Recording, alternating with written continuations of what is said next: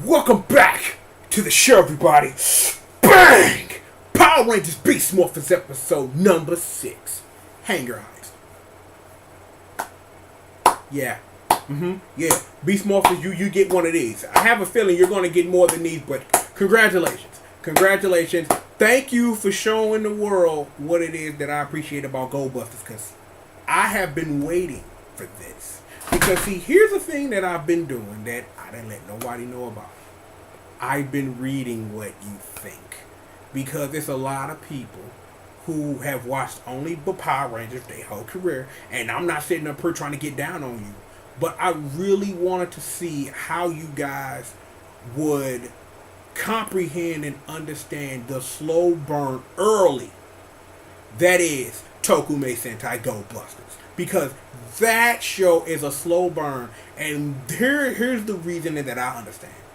Given that it came off after a classic like Gokaiger, Gold Busters tried to do something different in all the apartments. And one of the things they did was an early slow burn of trying to get Hiromu used to where he was in his standing, and understanding that you got Ryuji and Yoko, who are all in this together, who've been at this for a while and trying to get together and trying to gel as a team. And that's what Beast Morphers has been slowly but surely. And there have been a couple of people who don't quite understand, like, why did it take all this time to get a Megazord? Why is the story like this? Well, because adaptations are adaptations, and you're given what you work with. Now, I will say this, just on wax though. On wax.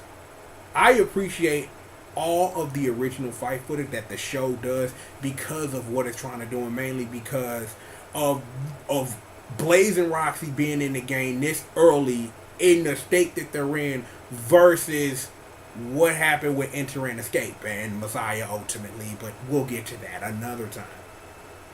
Here's the thing. I appreciate this episode for a reason that maybe a lot of people may miss. As someone who watches this show, dichotomizes it like I do and love it like I do, I look for certain things, especially when we're coming to character building. This was a lesson that needed to be learned now.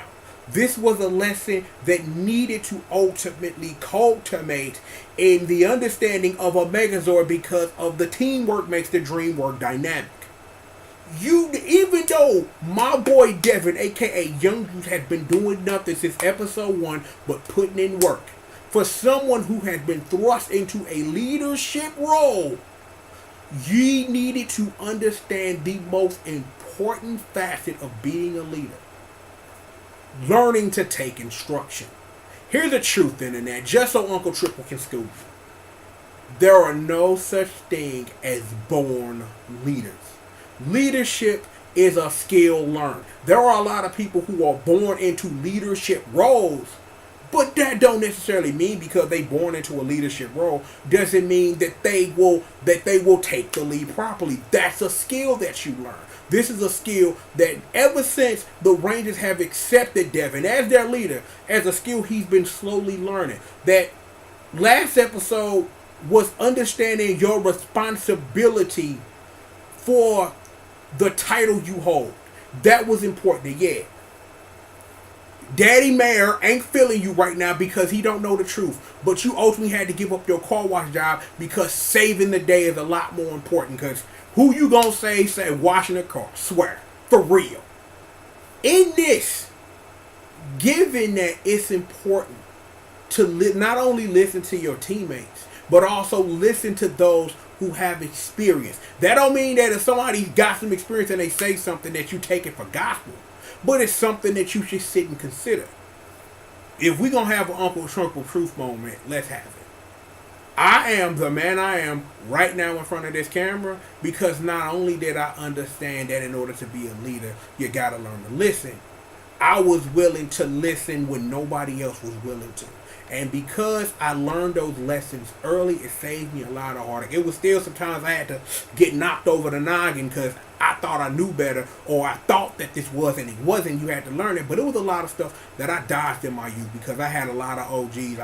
That I had learning truths to sit under people who been in the game who done this and done that to be like, yo, T, don't do that because of. Now you can go and do that, but I'm gonna tell you exactly what's gonna happen. And I saw a lot of my peers fall into stuff that I had the opportunity to be schooled on because I had that knowledge. In this, here's something to understand about the dichotomy and also the understanding of what this leadership structure is in Power Rangers Beast Morphers. Yeah, Devin's the leader. Yeah, Young Juice, he running it. Commander Mama Per, you still taking orders. So even in this circle, is you a leader? In this bigger thing, you still taking orders. It's like Commander Mom had to pull him to the side after they had that simulation Zord thing and was like,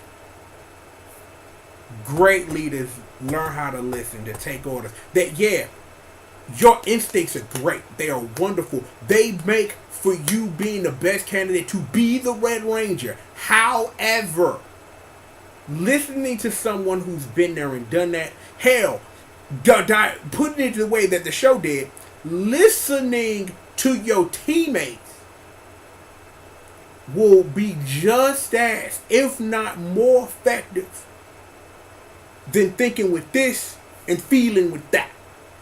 Because again, great leaders think with their gut, but also greater leaders, the greatest leaders, feel with their gut and then think it out with their brain and then act. That's what makes a great leader. And in this, knowing that now Devin has this lesson, there are still a couple of more lessons that Devin has to learn about being a great leader. And Beast Morphers will give him that. Beast Morphers will continue to give Ravi the mental strength to be like, well, I'm not running the show, no. But because I have this experience, my best bet is to sit up here and back my red up. And I'm like, for real, and that's what great Blues and great Sacred Commands do in both Power Rangers and in Super Sentai, of understanding and knowing that, yo, I gotta back up the squad though, and I do it any way I can. Not saying that Zoe not gonna get us shine, because we've seen Zoe sit up here and do some amazing things 6 episodes in because of all the knowledge that she has of Grid Battle Force, and that's going to be helpful in the battles ahead. So even giving her that shine to be what it is. But when I think about it on a flip mode, just real quickly on some Go Buster stuff, is what Ryuji and Yoko were to Hiromu in his formative time as he grew to be a great leader, because Ryuji was doing it and so was Yoko forever before Hiromu showed up. It was a great dynamic that really drove that show, and even given that we're going to get into a little bit more dynamic later, but I'm going to hold that thought. So the same thing is happening here, and not because that Beast Morphers is an adaptation, but because this character that you are writing, Devin is not Hiromu in any way. Hiromu Sakurada is a different beast entirely, pun intended, than who Devin Daniels is. They're not the same character. We have had in recent years one-for-one characters, and it don't work. Even though they have similar traits and qualities. And so does Ravi and Ryu, and Ravi, oh man, I done lost my train of thought. That Ravi and Ryuji are similar, and even Yoko and Zoe are, but the 6 of them are different characters. And I really appreciate that, even though that is being the adaptation that it is, that is doing everything it can to put its own spin on and be very original, especially with all the unmorphed and all this extra fight footage, because of the situation there it is, especially when we talk about Enter as the okay, because I'm trying to formulate this, because I want to say this to make sure y'all understand what I'm saying. That as Blaze is to enter, as Roxy is to escape, because of the dynamic, and I'm going to say this in just Go Buster, is that when that happened for Enter, That was a turning point in the show where the show, when it was already real, got super real super fast. Given that this show is trying to do something different, given what it has to offer, Blaze is who Blaze is. That he cannot be an enter because of that. Now, I will say this on the flip. There is a lot of escape in Roxy, even if she don't know it. But given how they flipped that Ryuji escape game, I really appreciate that. You know, that especially even in this episode and past episode, the interaction between both Roxy and Ravi, you gotta really love that. And especially as a Goldbuster fan, I appreciate that was something that they took a part of the adaptation and made sure to stick it home and important, and that I appreciate. So, we've done all this talking for all this time about establishing leaders and doing all this. Is that, what do you guys want to talk about? Because we've got plenty of time. You want to talk about Nate's date with Data? You know what I'm saying? I wonder how that went. Because you are part of a ship. We're still working on ship names. I should have looked those up before I started, but my main man, Minister W, is taking care of those ship names. I could look real quick, but I don't want to distract myself from bringing you this WURKKK. You know what it is. So, Minister W, he'll. If you need to know what the ship names are currently, Minister W got you in the comments. Don't worry about that. So, dates with Data. That's cool. Let's see. We're not going to talk about Betty Cakes and Rockets yet. We're not going to do that because that's a whole different thing. We're going to sit over here because of the way that after I had some, because I watched the episode and had to do something else, so I had a little time for the episode to stew on me, and it's like I was able to think about like the part that Ben and Betty played in this episode in a way that I didn't think I would come at it, that if I just came right on the mic and was like, yo, Rocket, Betty Cake, yo, the one and the only, let's bounce. I do want to focus in on something though. Even though we were just talking about them, I want to talk about what's going on with the villain side of this. Because, wow. Just wow. I'm like, as someone who appreciates great characterization, I appreciate Scrazzle, I appreciate Blaze, I appreciate Roxy, I appreciate the divide between the three of them, and I believe and definitely believe in the Evox that holds it all together because of what it is. This episode was all about getting that Zord back. That's all it was about. So yeah, Scrazzle send the work down. Roxy finna go in, put in work. Rangers get delivered else. At some point, Devin's thrown through a door, and you know, a Megazord that we'll talk about in a minute. Fast forward through all that, Dave will say blah blah blah. I want to get to this end because I want to talk about this because I feel that this is important to talk about right at this stage. The stage that we're talking about has been starting to be set for a while. Even from our first episode when we met Scrazzle. Of understanding and knowing this dude got his own agenda. This agenda, as we now know, as we already knew, as people watching this show, is it don't involve Blaze, it don't involve Roxy, and whatever screw job he got ready for Evox, it's coming. He's sitting up here at the end of the episode like, yo, Evox, the master plan, fam. Like, yo, I got all the stuff. I stole this Beat J Staghead. No one knows who he is, but I got this Beat J Staghead. So we gonna do something with it. Maybe make you a body to put yourself in, because that was something that was hinted to a couple of episodes that are possibly happening. The thing that even given all that is Blaze pulled out the weapon on him. Like, yo, I will slash you to bits, bruh. Keep running that mouth. Keep running that mouth and I'll separate your head from your neck. Was good.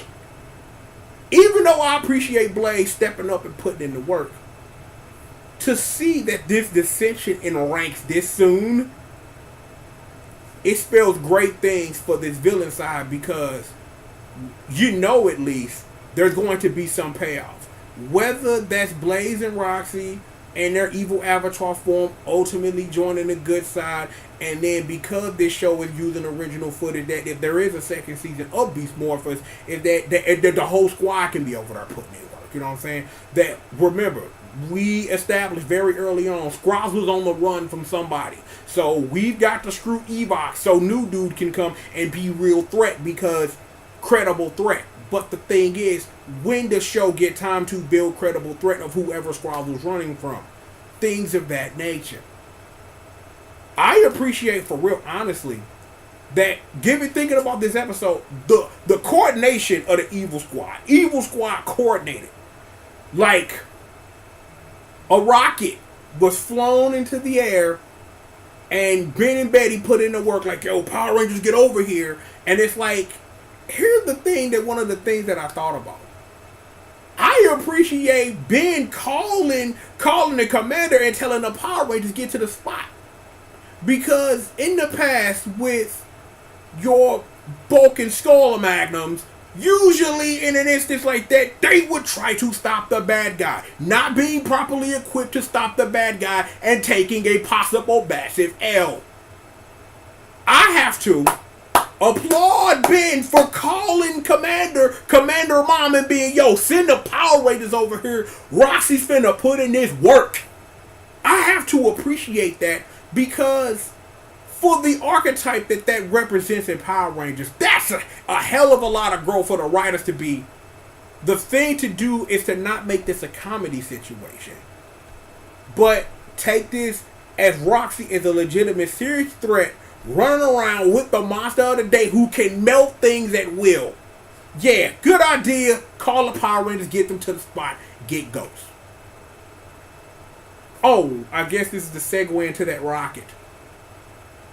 The reason for Devin and Ravi having communication issues about listening to those who may know a little bit more than you, the reason why Ben and Betty Cakes were in a position in the first place, instead of doing something kind of not intelligent but calling the Power Rangers, is because, yo, let me borrow some more effects. And that's when the date with data come in. So, we still getting the ship game together. So, in this, what I also appreciate is how the episode ended. How the episode ended was they fixed the rocket.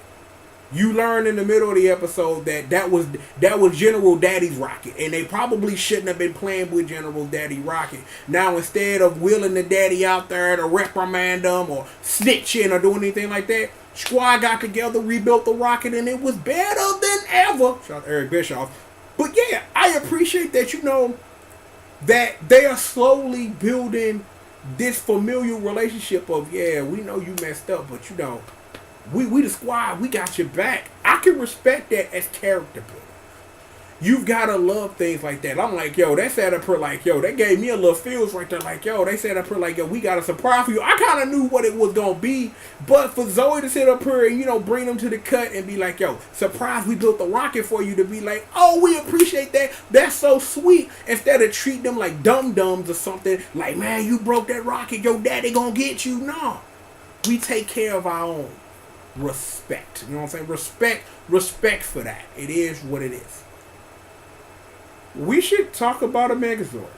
Yeah, I've been jumping around the episode, but I really want to talk about this Megazord. I really do. And here's the reason why. You know why we have been sitting up here discussing a whole lot of Go Busters and this amalgams? Here's why. The slow burn to get to this Megazord the internet has been begging for.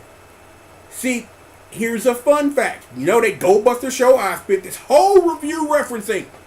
It took the same amount of time for them to get. It took the same amount of time for them to get the Megazord. Very similar builds between how Go Busters ultimately got there and how Beast Morphers made it there. It took 6 episodes. Is that one of the things is that, and I said this earlier, is Go Busters is a slow burn. It's a slow burn until we get to the head of BJ Stack and we get to 1 Gen Masato. The Swag Busters changed the whole dynamic of that, and we're going to get to this, whether that's ultimately Evox being put in a BJ Stack body or whatever it is that we think they're going to do with Nate as probably the Gold Ranger. We're not sure. But given all of this, again, Go Busters is a slow burn. Is that what Go Busters did early on was it wanted to establish the growing threat of the violence. And it did that by upping the stakes a little bit until it got a little too much, especially when it was time to bring out them Zords. For Hiromu to be, well, no. For Kuroki to be, well, given that this has been going up, it's about time that we put the work together. So it was in this that Beast Morphers did the same, and understanding that this was a thing you could have done all along, but until this point there was no reason, because again, just on some philosophical stuff. Use no more force than needed to get the job done. Now, given that in the past is that, and this is I think where people got hung up at, is that y'all used to Megazords coming out the second episode. I don't blame you. But again, and I said this earlier, is given what Goldbusters was as a show, because it had the duty of following one of the greats in Gokaiger, was that Goldbusters did a whole lot of stuff differently when it came to what people expected from a Sentai, given that there were 35 Sentais before it. Goldbusters was a different beast, and I appreciate the adaptation that Beast Morphers is going to be given what they have to work with. Is that they do a lot, and I've said this 3 or 4 times in the review, of appreciating the original fight footage, of appreciating the care and understanding that, you are adapting a show, but you're making this your own, and that is something that I can definitely appreciate. So I know a lot of people marked out like, the Megazord is here. It's like, even the show built the thread of understanding that, we gotta build the Megazord, but we got this real problem. Ravi's always stuck in the spot with and I want to appreciate this because I didn't bring this up when I probably should have. Of Ravi sitting up here taking control of the situation, of him understanding that, because I've been through this, and I know and I can see what's best as a tactician is you need to get to your Megazord. You need to get out of here because only you can save us. That I could have sat up here and thrown Zoe through that. I could have jumped through that.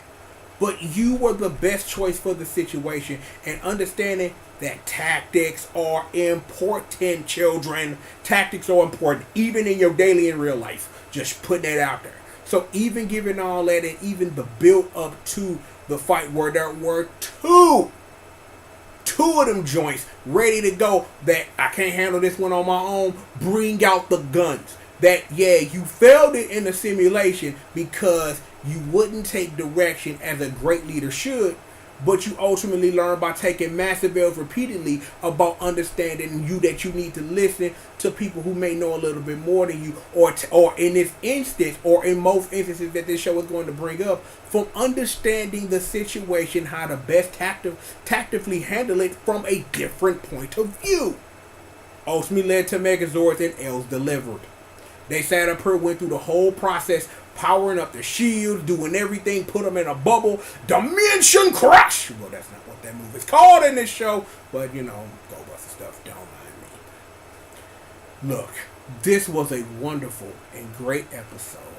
I appreciate that everything it did. Look how long we've been, sitting up here just trying to put all of this in the context for you the way that I understood it. So if you made it all the way here, thank you.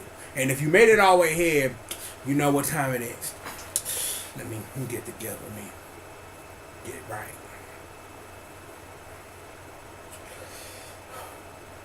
God, we thank you for all the thickness of Betty Case. You sitting up here wearing the pink and all that, wearing that yellow, looking so fine. I want to lay you down. I'm like, look, I understand, God, we don't catch L's, we catch W's because we are in the presence of Betty Case's graces. Shout out to Roxy Cake, shout out to Zoe Cake, even Commander Mom Cakes, you know what I'm saying? All cakes matter. And because of you teach us that all cakes matter. Continue to let them rockets soar high, and continue to let Betty Cakes to be thick for us to win, because we are in our presence. In God's name we pray. Amen. Amen. Amen. See, you know what I'm saying? You gotta get it right. Get it tight. But yo, man, another one in the books. Power Rangers. Bang! Beast Morphers episode number 6. Hangar Heist. I'm like, we got a lot of work. I wonder, like, I just thought about this. I wonder, like, how much more if the cameras they got set up, that now that the bad guys know where that hangar is, how much has been really, really, really, really threatened by knowing where that hangar was. What's up with BJ Stagg's head and all the other stuff that Scrozzle stole? The divide and shift between Blaze and Rossi and Scrozzle with Evox in the middle. What more growth is going to come for our Rangers? What more growth is going to come from Betty, the familiar unit? You know, all that good stuff. And we have all of that to look forward to in future episodes of Power Rangers Beast Morphers. Week.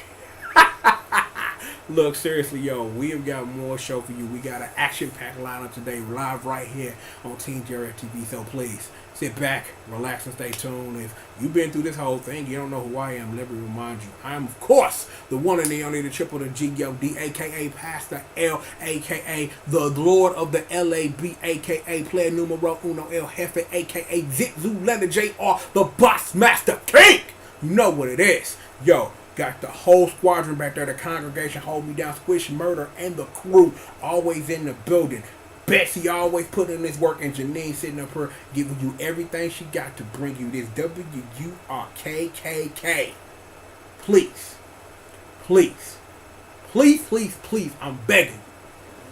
Throw your dubs up. Throw them up, baby. We never losing around here. We stay winning, man. Stay blessed out here on these W's in these streets, man. You know, Pastor L always got you. I got what you need. So look, sit back, relax, and stay tuned. You know the rest, you know the drill. You know we at it. You know we got more show for you. Bang. And of course, we've got it for you. Right after these commercial messages. I need water. Like, you thought I was just going to stop this after Evil laugh? No.